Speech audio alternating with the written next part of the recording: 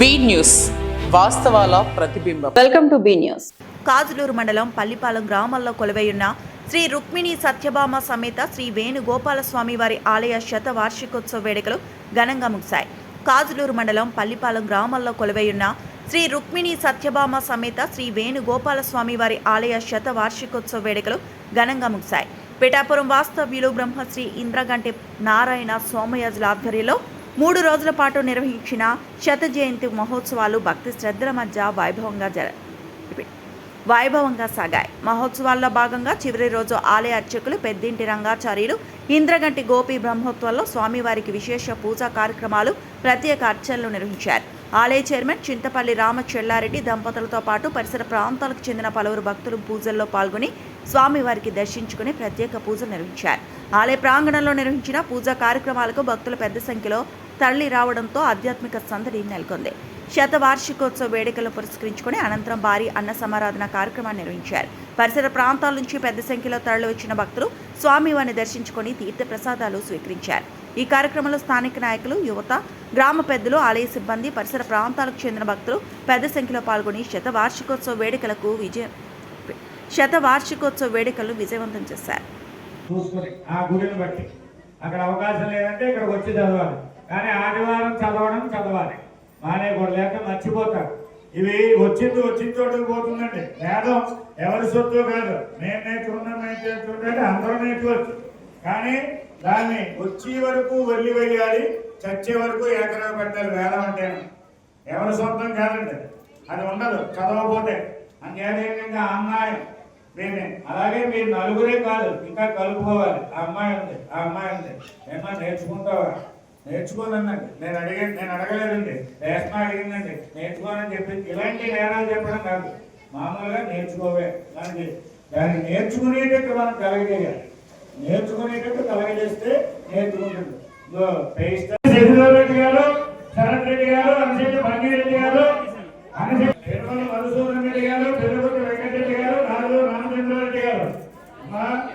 దండం పెట్టుకోండి.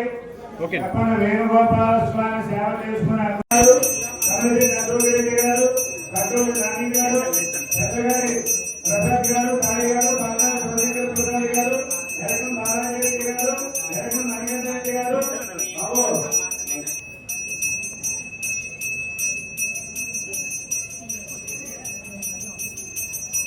పట్నాల శివశంకర ప్రసాద్, సాయి మహేందర్ రెడ్డి, మానసరావు రెడ్డి, మీరు వేయించారు.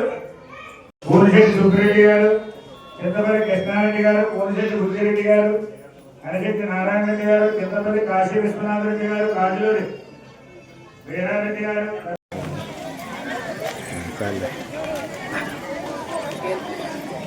ఇలా తిరగండి మొత్తం.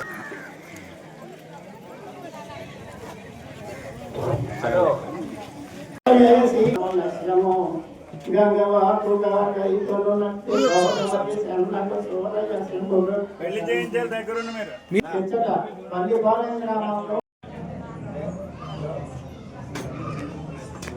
అప్పుడే వచ్చింది చూశానండి.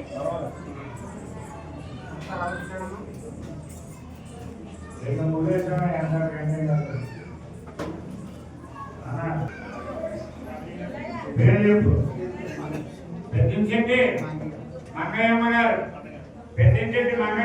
500 రూపాయలు అరికలు పెట్టించావు. నువ్వు ఎలా పెట్టిస్తావు?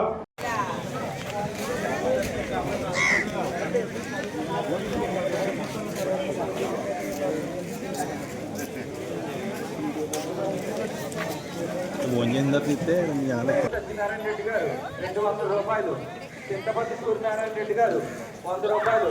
ఏపీ కుటుంబాన్ని ఆ వేణుగోపాలస్వామి ఎల్లప్పుడూ కాపాడుతుందా.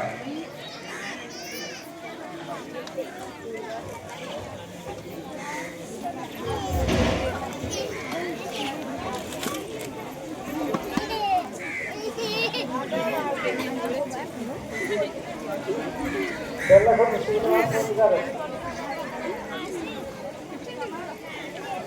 ముత్తుల రాంబాబు గారు 100 రూపాయలు. తెల్లగొండ శ్రీనివాసరెడ్డి గారు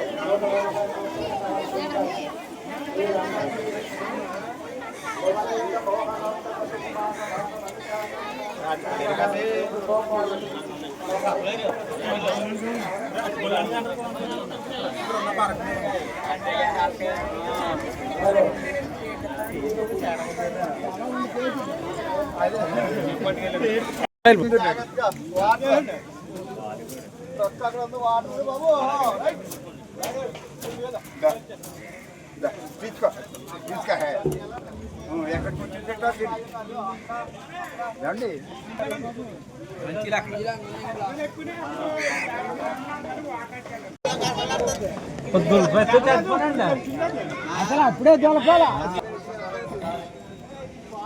పెద్ద అనేది అక్కడికి వెళ్ళిపో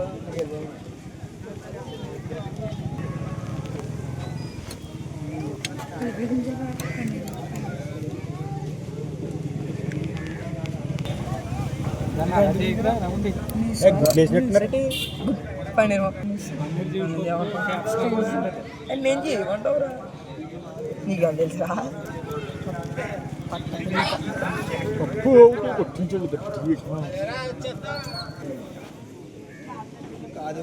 చెప్పు పెరుగు మొత్తం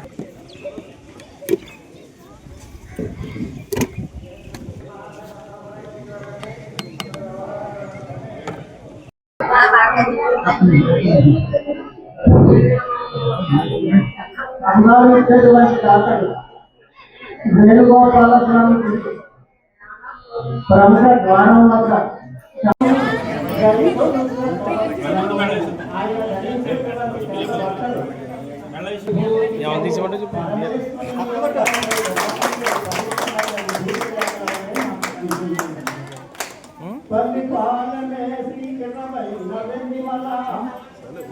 అంటే ఇది మోతిపరి గ్రామం.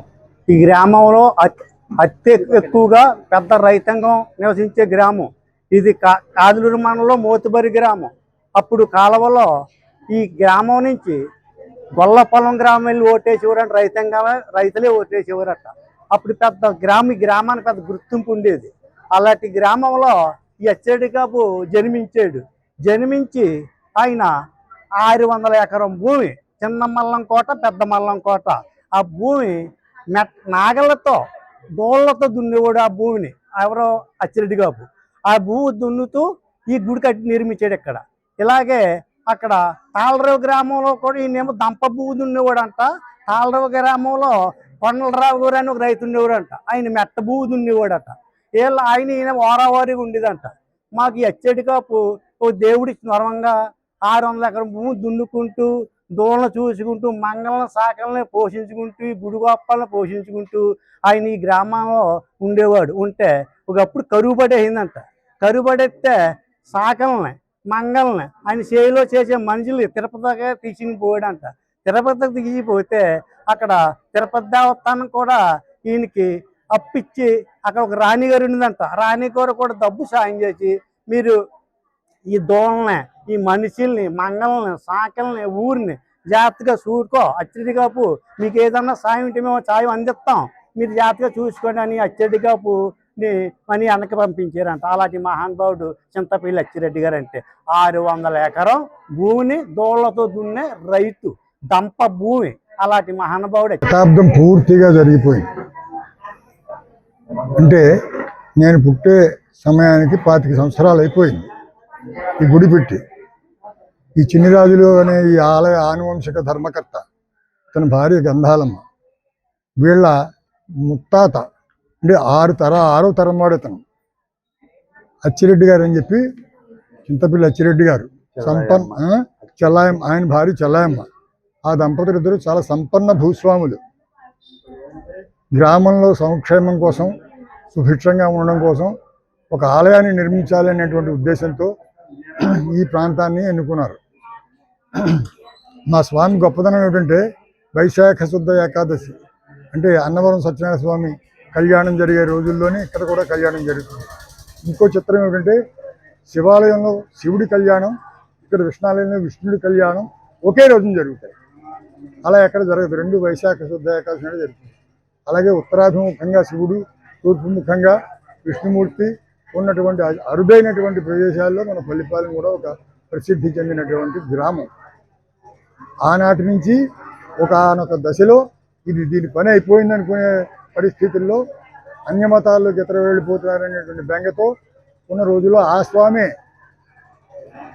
అలా 10 మందిని పోగు చేసి వీళ్ళని ముందు పెట్టి మొత్తం పునరుద్ధరణ అంతా జరిగిపోయింది. ఈవేళ ఇక్కడ ఆచార్య మేస్తారని మాకు తెలుగులో పాఠం చెప్పేవారు అక్కడ స్కూల్లో. ఆయన అర్చకుడుగా ఉండేవాడు. అనంతరం ఆయన కుమారుడు వచ్చారు. ఆయన కుమారుడు అనారోగ్యంతో ఇంక సాధిస్తున్న సమయంలో ఒక యువ అర్చక స్వామి మాకు దొరకడం, భక్తి శ్రద్ధలతో నిత్యం అనుష్ఠానంతో పూజ చేయడం, వీటి వల్ల దీనికి మళ్ళీ పునర్జీవిత కొత్త శక్తి వచ్చి సెలైన్ పెట్టినట్టు భగవంతుడు లేచి చేశాడు. అతి త్వరలోనే మొత్తం గ్రామం యావత్తు ఇక్కడ వచ్చే రోజులు వస్తాయి. త్వరలో ఏం అభ్యంతరం లేదు. ఇక్కడి నుంచి మళ్ళీ సంవత్సరం గడిచే వరకు ప్రతి నెల ఒక ఉత్సవం జరుగుతుంది. ఒక హరికథ, ఒక ప్రసంగము, గరికపాటి నరసింహారావు లాంటి వాళ్ళని కూడా మేము ఇక్కడికి తీసుకొస్తాం. చాగంటి కోటేశ్వరరావు గారిని లాంటి వాళ్ళని అభ్యర్థిస్తాం. వాళ్ళందరూ ఇక్కడికి వచ్చి సందేశిస్తే గ్రామం అంతా ఏకోన్ముఖమై ఈ పని చేయగలుగుతుంది. ఇంకేంటంటే ఈయన వేణుగోపాలుడు తన వేణుస్వరం వాయించగానే గోవులు ఎక్కడ గోవులు వచ్చేసి క్రమశిక్షణగా ఉండి కుండ పొదుగులు క్షీరంబు వర్షింపానుడు, కుండ పొదుగుల కింద పాలు ధారల కింద కురిపించేసి అటువంటిది ఈయన బాలుండి ఇతడు కొండ దొడ్డది మహాభారంబు సైరింపగా జాలండోయని దీని కింద నిలువని శంకిప్పగా బోలదు ఈ శైలంభోనిధి జంతు సంయుత ధరా చక్రంబు పైబడ్డ నాకేలల్లాడదు బంధులార నిలుడి కిందన్ ప్రమోదంబుగన్. వీడు చిన్నపిల్లాడు, వీడేం చేస్తాడు అనుకుంటున్నారేమో. ఏం చేసి ఉన్నటువంటి శ్రీ రుక్మిణీ సత్యభామ సమేత వెంకట వేణుగోపాల స్వామి వారి ఆలయం ప్రతిష్టా మహోత్సవం జరిగి 100 సంవత్సరాలు అవుతున్న శుభతరుణంలో శతవార్షిక మహోత్సవం ఈ ఆగస్టు 14, 15, 16వ తేదీ ఈ రోజుతోటి సంపూర్ణమై స్వామివారి శాంతి కళ్యాణ మహోత్సవంతో అన్నదానంతో ఈ కార్యక్రమం అంతా కూడా పూర్తయి అనేక మంది గ్రామస్తులు, ఇతర గ్రామస్తులు అనేక మంది వచ్చి కార్యక్రమంలో సహాయ సహకారాలు అందించి అత్యంత వైభవపేతంగా జరిపించుకున్నారు. స్వామివారి యొక్క అనుగ్రహంతో ఈ గ్రామంలో కాదు భారతదేశం అంతా కూడా చక్కగా సకాలంలో వర్షాలు పడి పాడి పంటలు అన్నీ కూడా అభివృద్ధిలో చెంది అందరూ కూడా భారతమాత యొక్క అనుగ్రహం, జగన్మాత యొక్క అనుగ్రహం పొందేటట్లుగా ఆ వేణుగోపాల స్వామి వారి అనుగ్రహంతో ధర్మ మార్గాన్ని అనుష్ఠించాలని చక్కగా రైతులు చక్కటి వ్యవసాయంతో అన్నదాత అయినటువంటి ఈ యొక్క భారతదేశం అంతా కూడా అన్నపూర్ణాదేవిగా నిలిచి ఎంతో వైభవోపేతంగా ఆయురారోగ్య మహదైశ్వర్యాలు అందరికీ కలగాలని 100 సంవత్సరాలంటే సామాన్యమైన విషయం కాదు. స్వాతంత్రం రాకముందర మనకి ఆలయం నిర్మించడం జరిగింది. 1926లో గుడి కట్టారు. ఇది 1947లో స్వాతంత్రం వచ్చింది.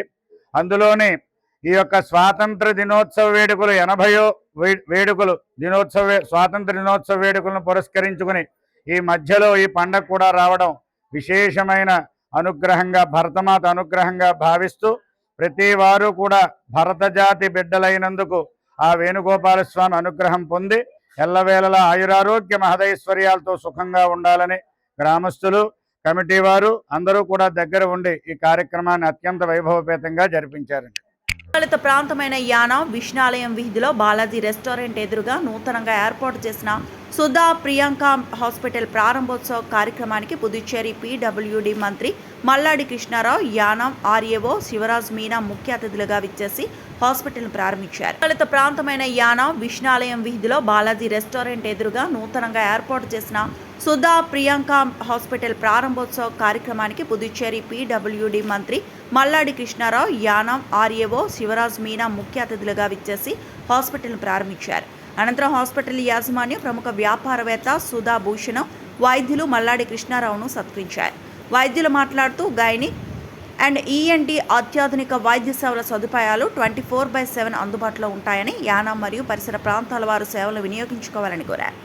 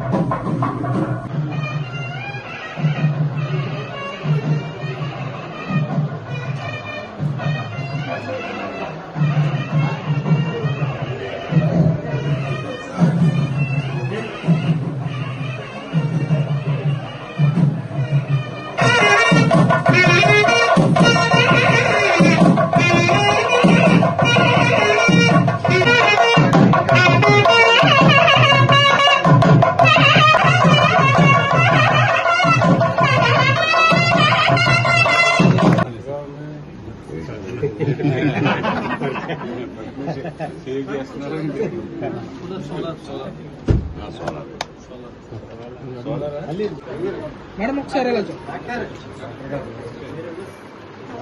సార్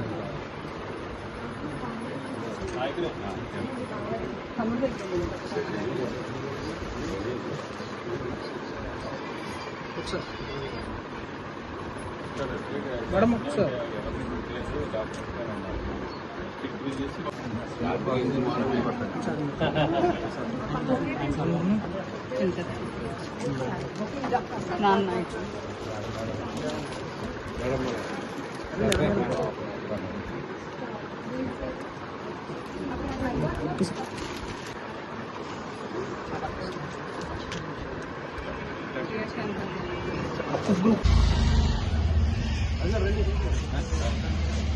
యానాంలో రహదారి అభివృద్ధికి మరో ముందడుగు పడింది.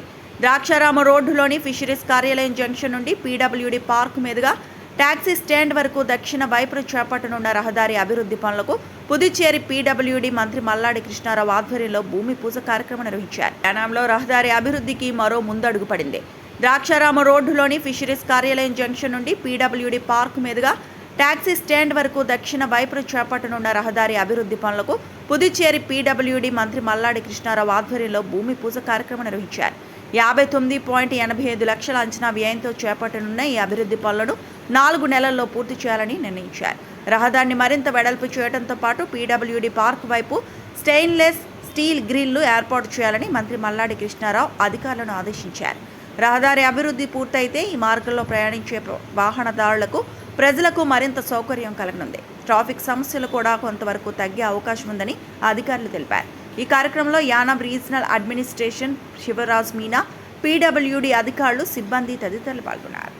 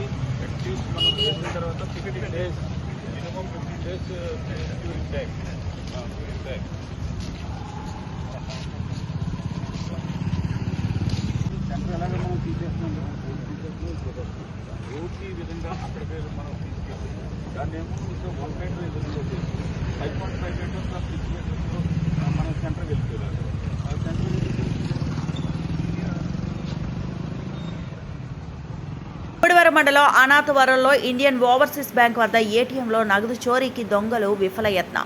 ఏటీఎం వద్ద సీసీ కెమెరా వైర్లు, ప్రింటింగ్ మిషన్ ధ్వంసం.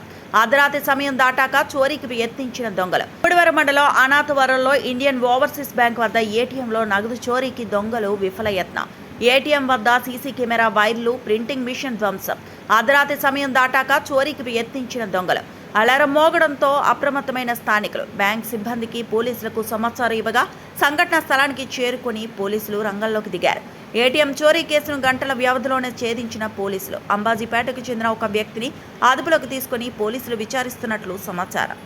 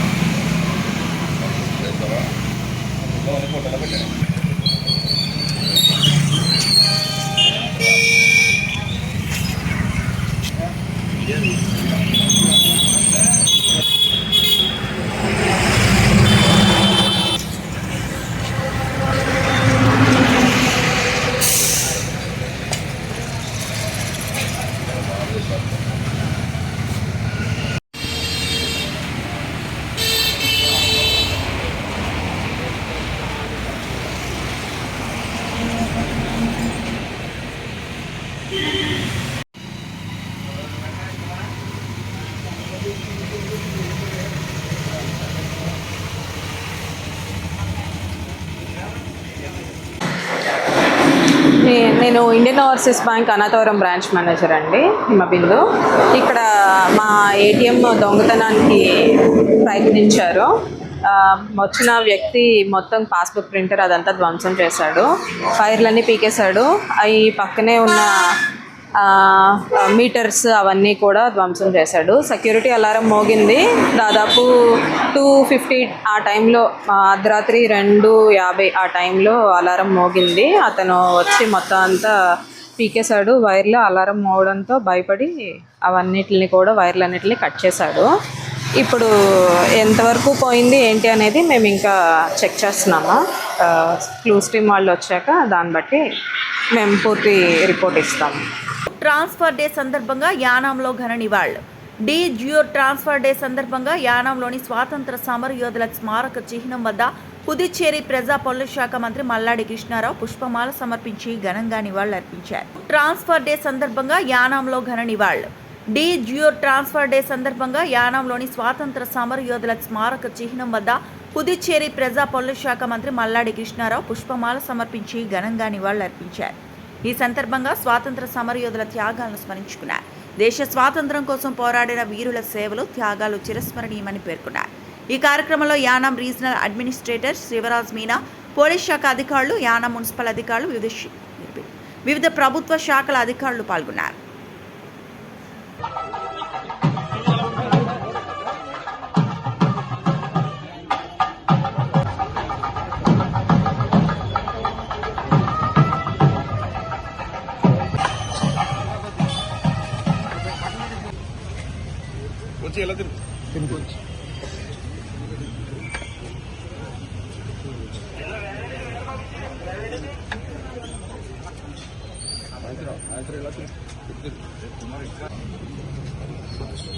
కోనసీమ జిల్లా కొత్తపేట నియోజకవర్గం ఆవిడి గ్రామానికి చెందిన గోటేటి రామమూర్తి కుటుంబం తీవ్ర ఇబ్బందుల్లో ఉన్న విషయం సోషల్ మీడియా ద్వారా మంత్రి నారా లోకేష్ దృష్టికి వెళ్లడంతో ఆయన వెంటనే స్పందించి కుటుంబాన్ని ఆదుకోవాలని అధికారులను ఆదేశించినట్లు ఎమ్మెల్యే తెలిపారు. కోనసీమ జిల్లా కొత్తపేట నియోజకవర్గం ఆవిడి గ్రామానికి చెందిన గోటేటి రామమూర్తి కుటుంబం తీవ్ర ఇబ్బందుల్లో ఉన్న విషయం సోషల్ మీడియా ద్వారా మంత్రి నారా లోకేష్ దృష్టికి వెళ్లడంతో ఆయన వెంటనే స్పందించి కుటుంబాన్ని ఆదుకోవాలని అధికారులను ఆదేశించినట్లు ఎమ్మెల్యే తెలిపారు.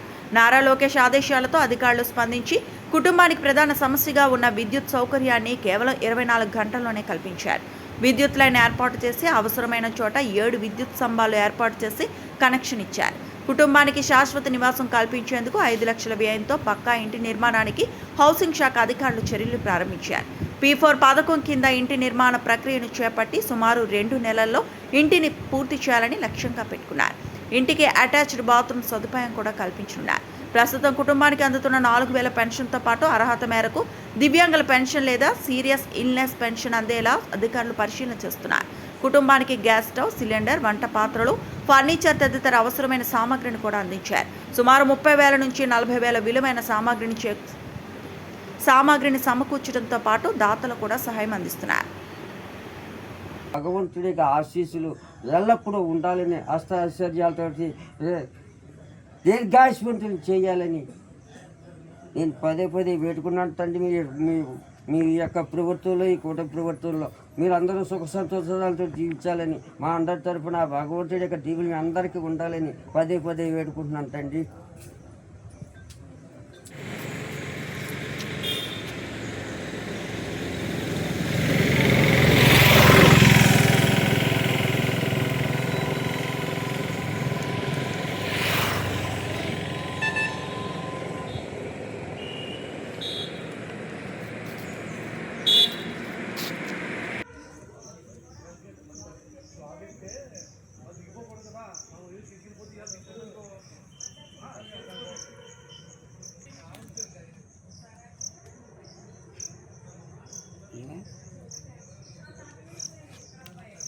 కదా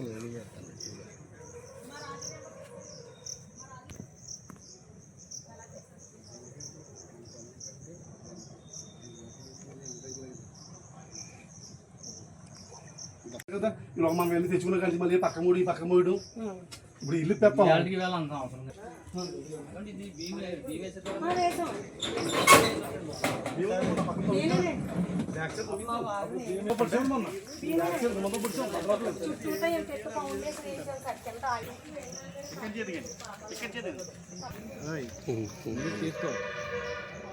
అది కాదు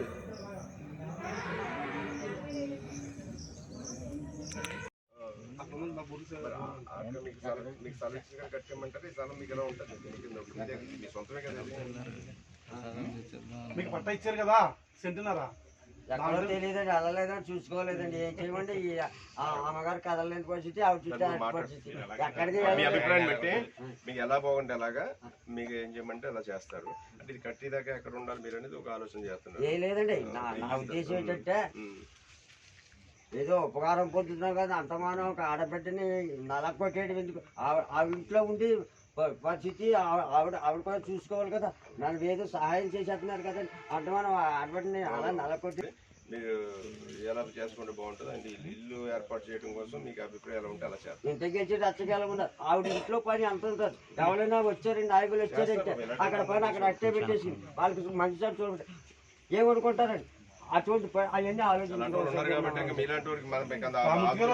చంద్రబాబు నాయుడు గారు, అబ్బాయి గారు, లోకేష్ గారు, పవన్ కళ్యాణ్ గారు, గ్రామ పెద్దలు, నాయకులు అందరి తరఫున, మా అమ్మగారి తరఫున, నా తరఫున, గ్రామ పెద్దల తరఫున అందరికీ మేము ఎల్లప్పుడూ మీకు రుణపడే ఉంటామండి.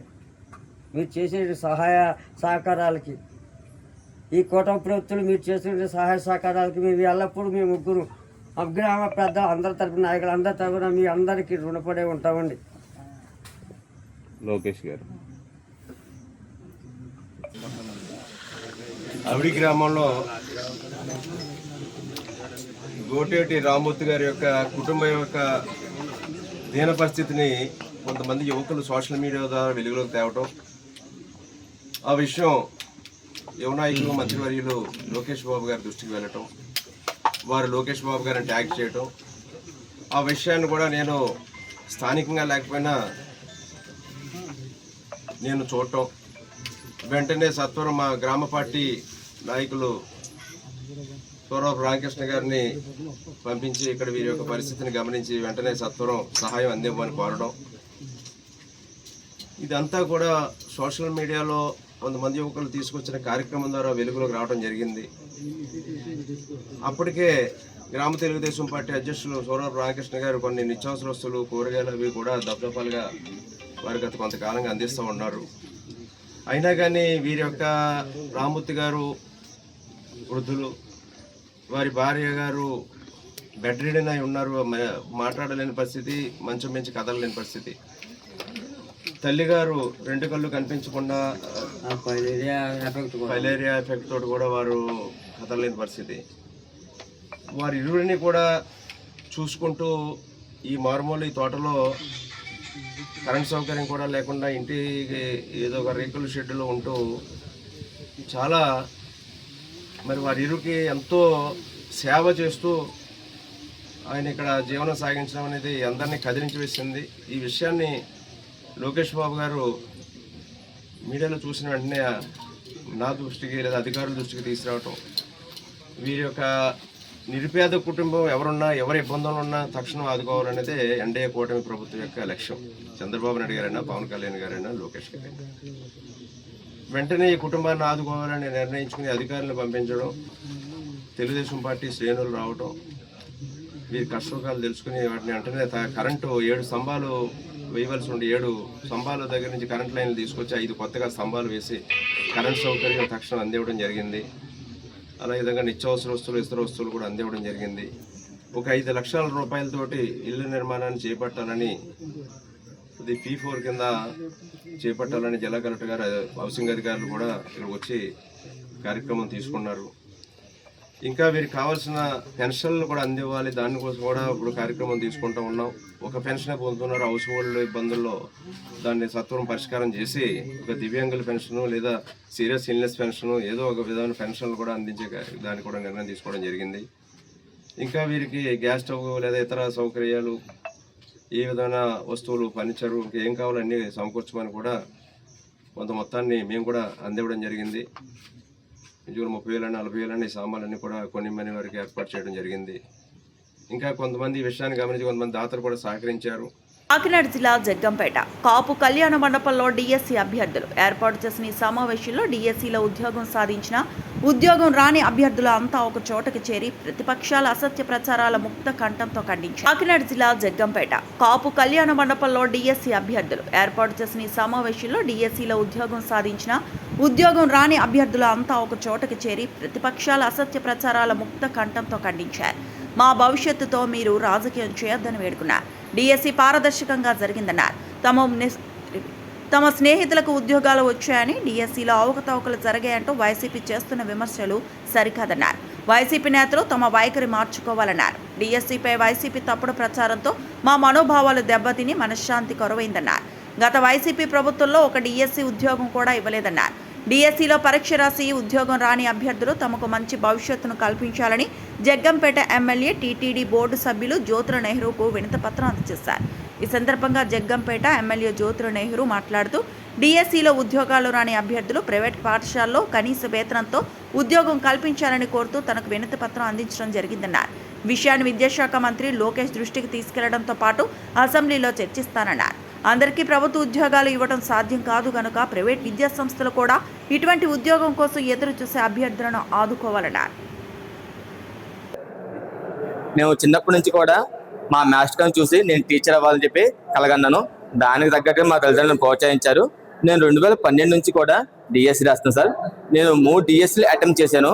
3 డిఎస్సీలు కూడా 0.1, 0.3, 0.2లో జస్ట్లో మిస్ అయింది సార్. ఇంకా లాస్ట్ అటెంప్ట్ చేద్దామని చెప్పి నేను 2018 నుంచి నేను చేస్తున్న వర్క్లు అన్నీ కూడా మానేసి ఇదే పనిలో కూర్చున్నాను సార్. దీనికోసం నాకు వచ్చిన పెళ్లి సంబంధాలు కూడా నేను క్యాన్సిల్ చేశాను. కొడితే డిఎస్సి కొట్టాలి, లేకపోతే ఇంకేమీ లేదు, ఇంకా అనే దీక్షలో కూర్చున్నాను సార్. 2018లోనే జగన్ గారు వచ్చిన వెంటనే మెగా డిఎస్సి తీస్తాము అనగానే మేము చాలా సంతోషపడ్డాం. కానీ ఆయన 5 సంవత్సరాల్లో డిఎస్సి లేదు, ఊసు లేదు సార్. ఎప్పటికప్పుడు దాన్ని అలా వాయిదా వేస్తూ నెక్స్ట్ ఇయర్ అంటూ జరుపుకోవచ్చు సార్. ఇంక మేము ఎంతో ఉత్సాహంతో డిఎస్సి మొదలుపెట్టామో అంత నిరుత్సాహంతో ఇంకా మేము ఇంకేమీ సాధించలేము, మా వల్ల కాదు అన్న స్టేజ్ వచ్చింది సార్. మేము ఈ ఫీల్డ్ తర్వాత యువగలం పాదయాత్రలో విద్యాశాఖ మంత్రి, మన ప్రస్తుత విద్యాశాఖ మంత్రి నారా లోకేష్ గారు ఆయన ప్రతిపక్షంలో ఉన్నప్పుడుగా మా బాధల్ని వ్యధల్ని గమనించి ఆయన మా ప్రభుత్వం అధికారం రాగానే మెగా డిఎస్సి ఇస్తామని చెప్పి హామీ ఇచ్చారు. కూటమి ప్రభుత్వం అధికారం రాగానే తను ఇచ్చిన మాట నిలబెట్టుకుంటూ మొట్టమొదటి సంతకం మెగా డిఎస్సీ పెట్టారు సార్. పోస్టులు కూడా మేము ఊహించిన దానికన్నా సరే మేము 6,000 పోస్టులు ఇస్తే గొప్ప అనుకుంటే, కానీ ముఖ్యమంత్రి నారా చంద్రబాబు నాయుడు గారు 15,000 పైన పోస్టులతో మాకు ఇచ్చారు. ఇది మాకు సంభ్రమాత్యం గురి చేసిన విషయం. తర్వాత డిఎస్సి నోటిఫికేషన్ చాలా నేను కూడా డిఎస్సి రాయడం జరిగింది. ఇది డిఎస్సి అనేది చాలా పారదర్శకంగా జరిగిందని చెప్పవచ్చు. అయితే ప్రతిపక్ష వాళ్ళు ఏం చేస్తున్నారంటే వాళ్ళ యొక్క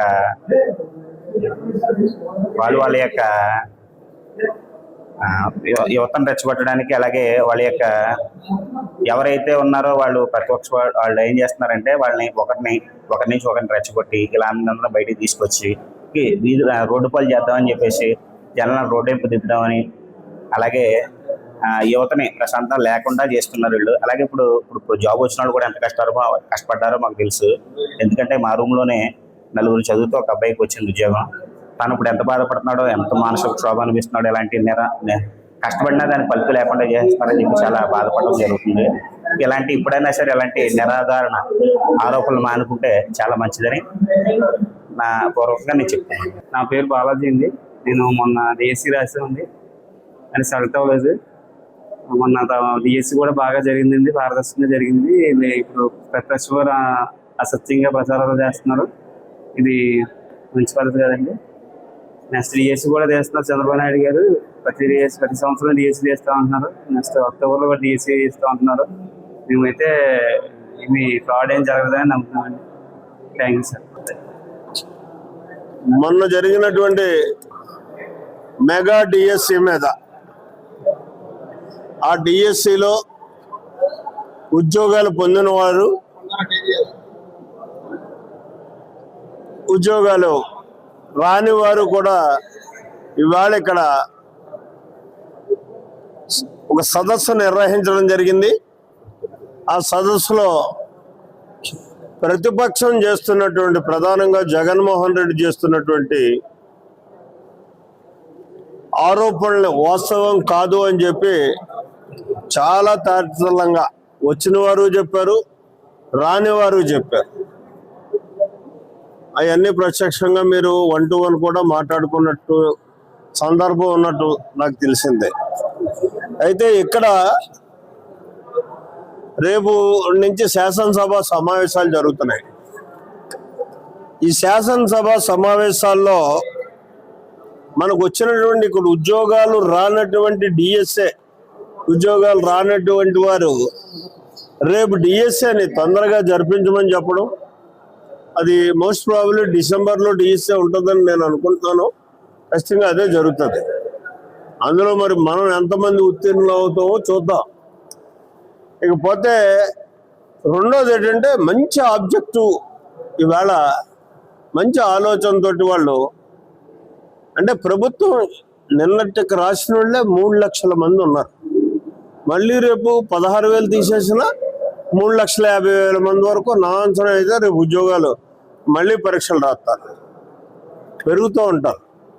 ప్రభుత్వ పరంగా చూసుకుంటే మ్యాక్సిమం ఎవ్రీ ఇయర్ మన లోకేష్ బాబు చెప్పినట్టుగా ఎవ్రీ ఇయర్ డిఎస్సి తీస్తే 4-5 వేల మందిని తీయగలుగుతాం. అప్పుడు ఈ డిఎస్ఏలు ఉద్యోగాలు రానటువంటి వాళ్ళు ఎక్కువగా ఉంటారు. ఈ డిఎడ్ చదివిన వాళ్ళందరూ కూడా వాళ్ళందరికీ జీవనోపాధి కల్పించాల్సినటువంటి బాధ్యత ప్రభుత్వం మీద ఉంది.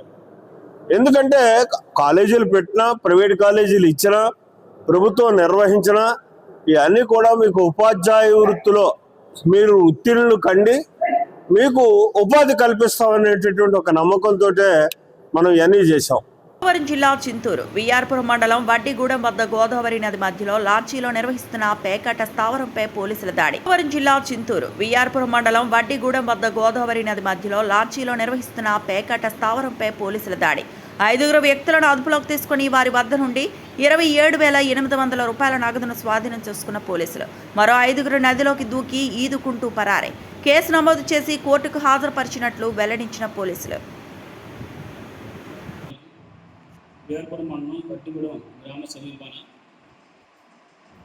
చట్ట వ్యతిరేక కార్యక్రమాలు అనగా పేకాట ఆడుతున్న వారిని అదుపులో తీసుకోవడం జరిగింది. మొత్తం 10 మంది ఉండగా దాంట్లో 5 పారిపోయారు. అదేవిధంగా 5 అదుపులో తీసుకున్నాము. వారి మీద 9188 గేమింగ్ యాక్ట్ కింద కేసు నమోదు చేయడం జరిగింది. అదేవిధంగా పేకాట ఆడుతున్న ప్రదేశంలో 27,800 రూపాయలు నగదును స్వాధీనపరుచుకున్నాము. వారి మీద 27/2026 క్రైమ్ నెంబర్ ప్రకారం కేసు నమోదు చేశాము. దీంట్లో కొన్ని అవాస్తవ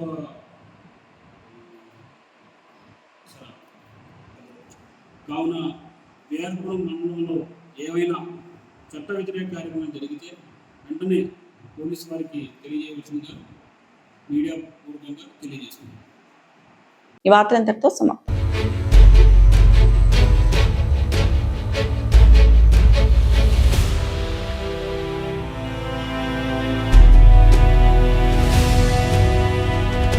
బీ న్యూస్ వాస్తవాల ప్రతిబింబం.